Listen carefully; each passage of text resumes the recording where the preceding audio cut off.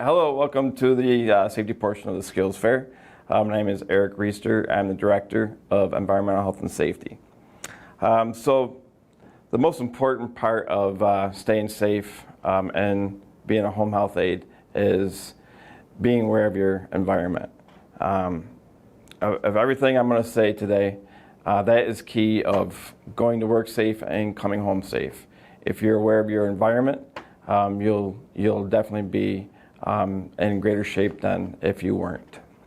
So first, arriving to your member's home, you want to make sure it's safe to get out of your car. If it's not, then you stay in your car and you drive to a safe environment and you call the on-call nurse. Let them know what you see that upsets you and to the point that you feel your safety is in jeopardy. If you arrive at your client's home, then and you make it to the steps, you knock on the door, you hear dogs barking. That's not safe. You want to get back in your car and call the on-call nurse. Let them know that you hear either dogs barking, people yelling, anything that may jeopardize your safety of walking in that home. You don't want to enter. You want to get back in your vehicle, drive to a safe location, and call the on-call nurse. You can also call me, which I'll give my number at the end. So you make it into the home, everything is good and safe, and during your visit, either maybe someone comes in that's your client's family member or friend, and they make you feel unsafe. There's another reason of getting out. Make up some excuse, and then leave, get in your vehicle, get to a safe location, call the on-call nurse, call your manager, let them know what is going on. Let them deal with the client. That is not something for you to do. So everything is good at the client's home, your visit went good, you're getting ready to leave. Same thing, leaving the client's house. You want to make sure that it is safe to leave that environment that you're in, where it's just safe, and go into an environment you're unaware of. If you feel that it is not safe to leave that client's house, say you see someone fighting on the streets, people are lined up around your car, then you stay inside the home and call the on-call nurse and let them know what you see outside of the client's home is unsafe. Maybe 911 is your next call. So safety concerns involving your seeing your client would be pets. You want to make sure that all pets are put away prior to you coming. Your first initial visit, they may have a dog or cat that is out and about in your environment. Just pay close attention to that pet. If you see that the dog or the cat is being aggressive, it has their ears laid back or their tail is tucked between their legs, that's a sign that that pet is not happy with you being there. Tell your client to please put that animal away, otherwise you would have to leave. If they are unable to leave or they're unable to put the pet away, then you should leave, especially if you feel that you may get bit or attacked. So you simply would say, I have to leave. It's our policy that pets need to be put away. And then you excuse yourself and you call the on-call nurse. Let them deal with your client and the pet situation. That's not an argument that you want to get into.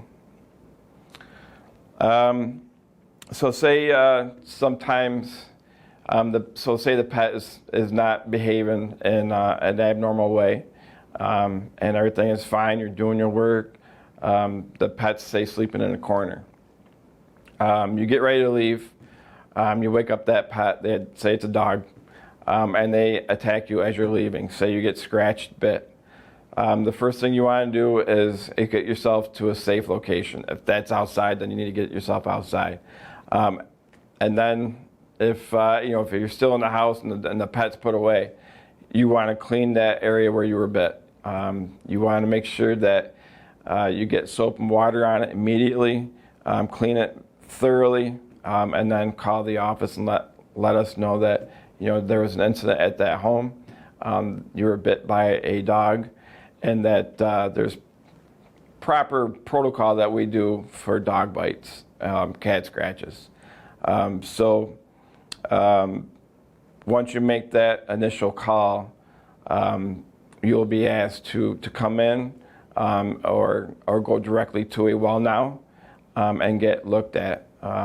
We will ask that client for the dog's records for rabies, and if they're up to date, we'll call the wellness and let them know that dog's shots are up to date. But if they're not, you will be asked if you want to go through the vaccinations, and it's a series of them. So it will be up to you if you want to further pursue. Other safety concerns involving clients is hoarding. You want to make sure that when you're in a client's home and they got boxes and newspapers and all kinds of their stuff all over the house, you want to make sure that there's pathways from each exit, a clear pathway to their bedrooms, clear pathways to the kitchens or kitchen. That's only because that's the paths that are mostly traveled, and if it's cluttered with trip hazards, chances are, if you're not paying attention to your environment, you become complacent or used to the trip hazards. That one day where you're busy and you're rushing, it'll get you. It'll trip you up. You may sprain an ankle, twist your knee. Anything could happen that will injure you. So always ask your client to make sure that those paths are cleared. Also with hoarding, remember it's not their way of life. They did not choose to be that way. That's a disease. So treat it as such. So don't go out of your way to do more cleaning than you should, because that will only upset your client. Fire extinguishers, smoke detectors, carbon monoxide detectors. If in your client's home, if they have fire extinguishers, you want to make sure that those fire extinguishers are charged and that the needle is in the green. If the needle is outside of the green, in the red on the left or right side, that means that it is unusable, that there's not enough power in that canister to push out that powder. So it's a false sense of security, having that there, thinking that it'll work, but when they need it, it won't.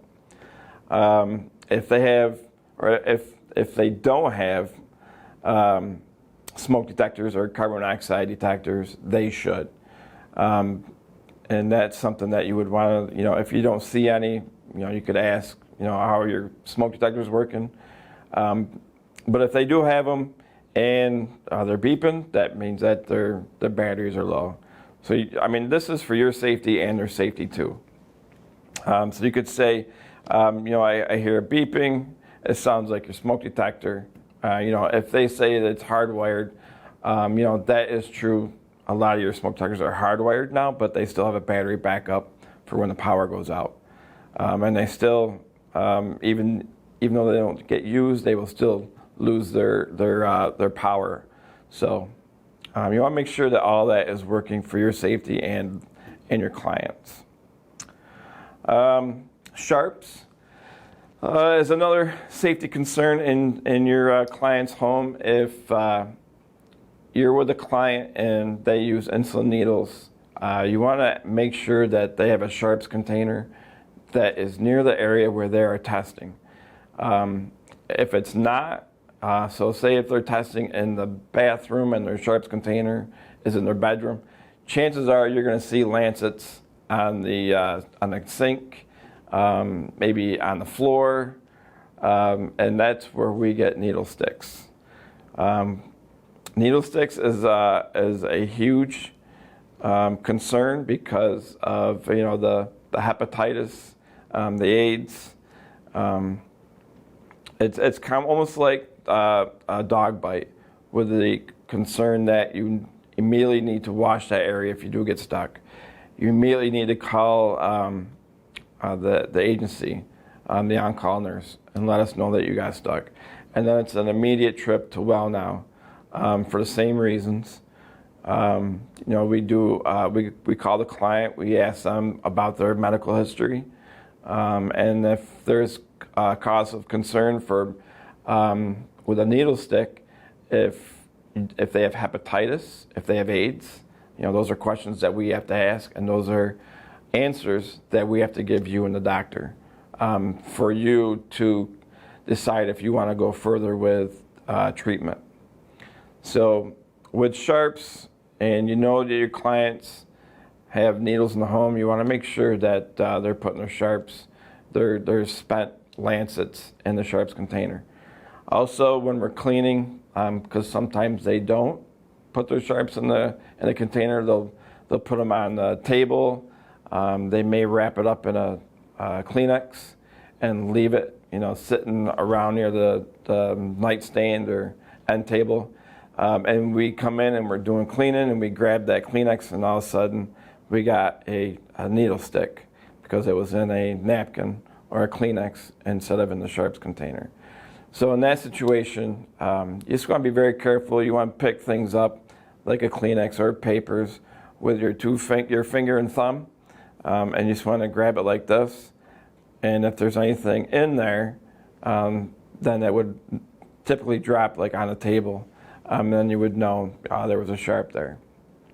Same thing when any kind of dirt or dust that you may just want to sweep with your hand. Not a good idea in any situation. Always use a broom or dustpan. If you ever do get injured, you want to make sure that you report that immediately. That would be calling Allison Belfield, reporting the injury. She will start the report, and then it will come to my desk, and then we'll do a follow-up. I'll ask a series of questions, and not to get anybody in trouble, but to further any employees getting injured in the same way and yourself in the same manner. Body mechanics. So there's a lot of lifting and pushing and unusual stances that we may put ourselves in with this job. So we want to make sure that we're stretching really good. We want to make sure that we're lifting properly. We want to make sure that when we're at the client's bedside, either using a Hoyer lift, that we're in a good position to where we won't get hurt. So you want to make sure that you're bending at the knees, you're using your upper body strength and your leg strength. You want to stay away from bending over at the hips, because that's where you're putting all your strain on your back and your lower back, and you want to stay away from that. Another good exercise to do for ergonomics is making sure that you're hydrated. And some people say you need to drink like 4 or 8 ounce glasses a day. But the truth is, you want to listen to your body. If you're working super hard, it's a good chance you're starting to dehydrate. A glass of water is not going to make you want to go to the bathroom immediately. But if you're not as strenuous and your day is going easy, you may not need that 8 ounce glass of water. Well, you probably will, but you may not need like 4 or 5 of them. Good advice is to start the day out with a good glass of water, maybe one in the afternoon, and definitely a couple by the time you go home. It's a good practice, and it's a healthy way of life.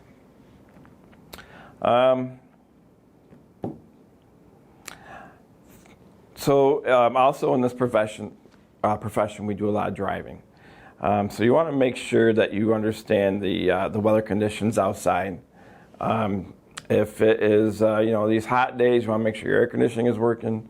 You want to make sure that you are hydrated, and you want to make sure that your vehicle is prepared, that you got a good battery for the hot days, and also for the cold days too.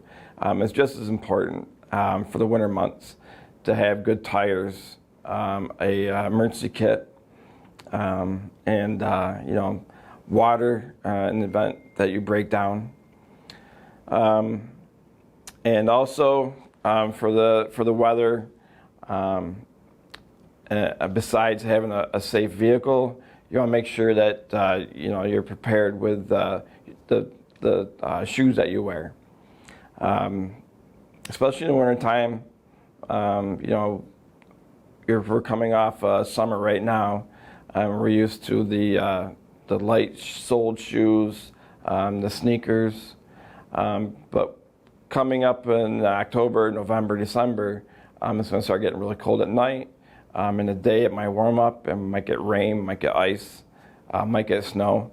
So you want to make sure that you're wearing a good, solid boot that's waterproof, and it's got a soft rubber sole, because that will have more traction than a hard sole. Also, moving forward, emergency management system. So our emergency management system, we want to make sure that if our phone numbers change, your email changes, you want to update that information to HR, because in the event that we have a snowstorm in your area, we will send out messages saying that maybe the roads are closed, or be prepared, there'll be whiteout conditions, or maybe even that maybe the office in Syracuse is closed, but the office in Rome will be open. All that information. If your phone number is not correct with what we have in our system, you will not be able to get that message. So it's very important that you update HR with any information that may change that you have, phone numbers, cell phones, or email. And that is all I have for safety. And like I said, the most important thing out of all of this is making sure you're aware of your surroundings. And you should be fine. You'd be safe. Thank you, and that is all.